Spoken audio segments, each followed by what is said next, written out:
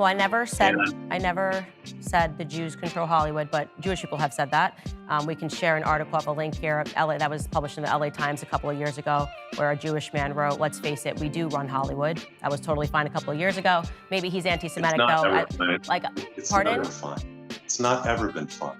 Okay, well, I'm just saying that like this was something that has been said, and it's actually funny because I was reading a very old article yesterday. Forgetting the guy's name, I'm blanking on him, but he was the founder of Screw magazine. He's a Jewish guy, Al something. I'm blanking on his name. Anyways, he gave a very long interview about how, you know, the Jews hire the Jews when they get into Hollywood. And like I said, this was said not 100 years ago. So this was something that many Jewish people have said, but sure, I guess you're saying that now it's a trope. But I just want to be clear that many Jewish people have said this in many interviews within the last 50 years, okay? I know that Jews are looked at as weak, but we're stronger than you can imagine. That's why you hurl propaganda that we control all the money, we control the media, because it's plausible. It's plausible because we're just that good. Smart, compassionate, moral, and strong people. And we need to stand taller than ever against all those sick, dumb, uneducated black tar in their blood who hate Jews because they ain't. You hate us because you ain't us. Many Jewish people have said, but sure, I guess you're saying that now it's a trope, but I just want to be clear that many Jewish people have said this in many interviews within the last 50 years, okay? As I said, there's a whole book. I do want to press pause on that and ask you a question. Is it possible for Jewish people to form a gang, full stop? Define gang. To form a gang. I mean, let me phrase that because I don't even need to ask that question. The answer is, of course, there's, because there were Jewish gangs in New York. Okay, yes, of course. Common sense that Jewish people can form a gang, black people can form a gang. Gangs exist, will always exist. Jewish gangs have existed and will always exist. Like, you know, worldwide, gangs happen. How absurd it is to say that if you think that there is a gang that is operating, to even suggest that there might be a person in the that is automatically a trope. That would mean it would be impossible for us to illustrate the gang existence. As soon as you say it's a trope and magically you can't talk about it, I gave examples of multiple people in Hollywood, okay? We're talking about from Dave Chappelle to Kanye West to Cat Williams to other artists that are Christian that have said that there is some sort of a gang, full stop, that is operating in Hollywood. I then gave an example of a list of exact names that Michael Jackson said were operating as a gang. Rabbi Shmuley was among that list of people.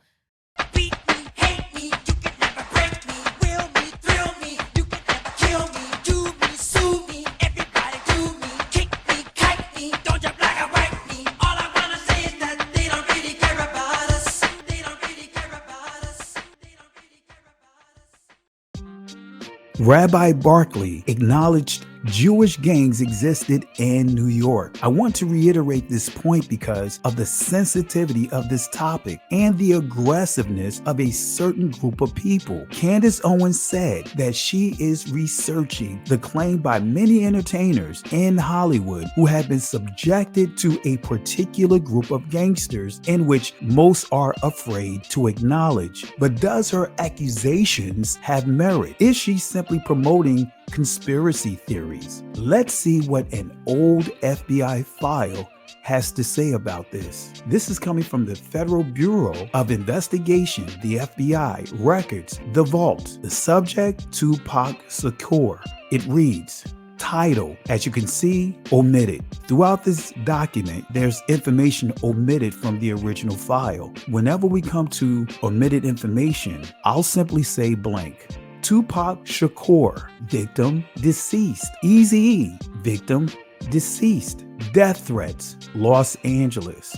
Armed and dangerous. Now, this is the synopsis of this overall investigation. Request to open a 266A matter regarding death threats and extortion involving rap music stars Tupac Shakur, deceased, Eazy-E, deceased, and other victims yet unidentified. During the interview, blank advised writer that blank and others yet unidentified have been extorting money from various rap music stars via death threats. The scheme involves blank and other subjects making telephonic death threats to the rap star. Subjects then intercede by contacting the victim and offering protection for a fee. The victim and their families are taken to a safe haven, usually a private estate, and are protected by gun-toting bodyguards associated with the Jewish Defense League, the JDL.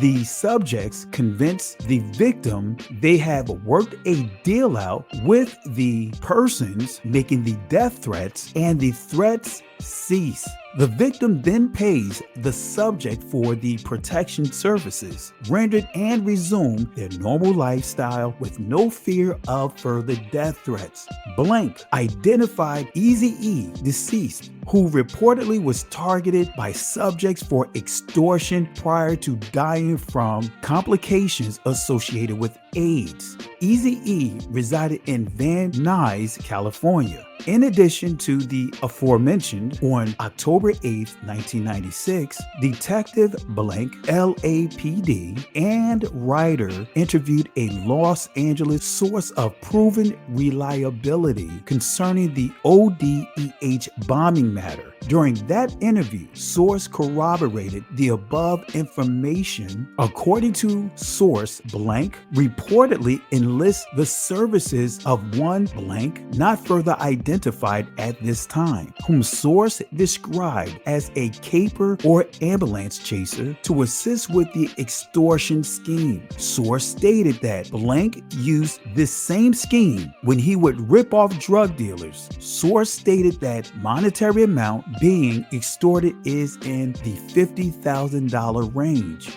Writer is familiar with captioned subjects as their names have surfaced in the ODEH investigation, and also a case captioned Jewish Defense League.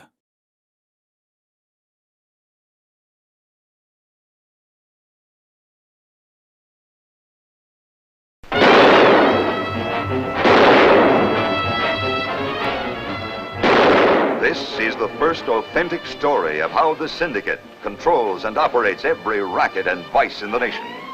Based on the bullet-riddled pages of the bestseller by former Assistant New York District Attorney Burton Turkis and Sid Fader, the bombshell that exploded it all, the hoods, the sleazy babes, the wanton gunmen who accounted for the incredible total of approximately 1,000 killings executed by Murder Incorporated.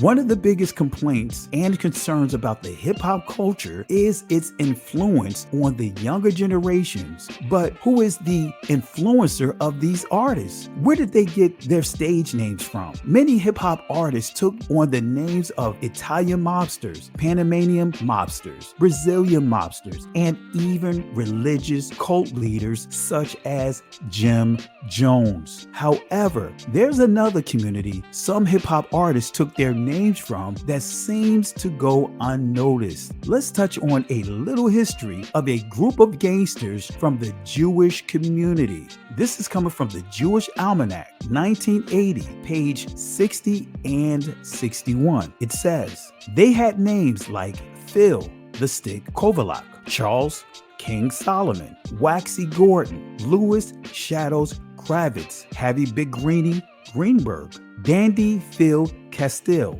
Jacob Greasy Thumb Guzik, Abe Kid Twist Rellies, Jacob Garah Shapiro, Max Boo Boo Hoff, Abner Longy Zawilman, Arthur Dutch Schultz Flagenheimer, Jacob Yasha Katzenberg, Arnold the Brain Rothstein, Louis Lepke Buchalter, and Benjamin Bugsy Siegel. That's right, this is where Benny Siegel took his name from. What they had in common was that they were all American gangsters, and they were all Jews. It would not be an exaggeration to say that their influence on organized crime in the United States during the 1920s and the 1930s rivaled, if not exceeded, that of their Italian counterparts. Skipping down to another section of this page, it says, for a time they dominated the rackets, in other words, racketeering, in Boston,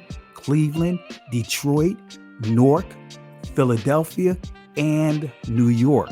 A composite portrait of the typical Jewish gangster of this period would show him to be a second-generation American male of Eastern European parentage, city-bred, and in his early 20s. His parents would be working class and traditional rather than Orthodox Jews. That is, they would observe a number of the Jewish traditions and holidays, but would not comply with all the religious injunctions that an Orthodox Jews required to perform. Now, skipping over to page 61, it says, it was Lepke who campaigned for a special enforcement group to keep the peace and ensure that the syndicate's decisions were carried out, sometimes referred to as Murder Incorporated. Murder Inc. for short. This crack corps of killers was made up primarily of Jews from Brownsville, East New York, and Ocean Hill. They became the official execution squad for the syndicate. When Dutch Schultz boasted that he would do things his way, he was killed, and it was Charlie the Bug Workman and Mendy Weiss, two Murder Incorporated, in other words, Murder Inc. for short, killers who did the job on order from Lepke.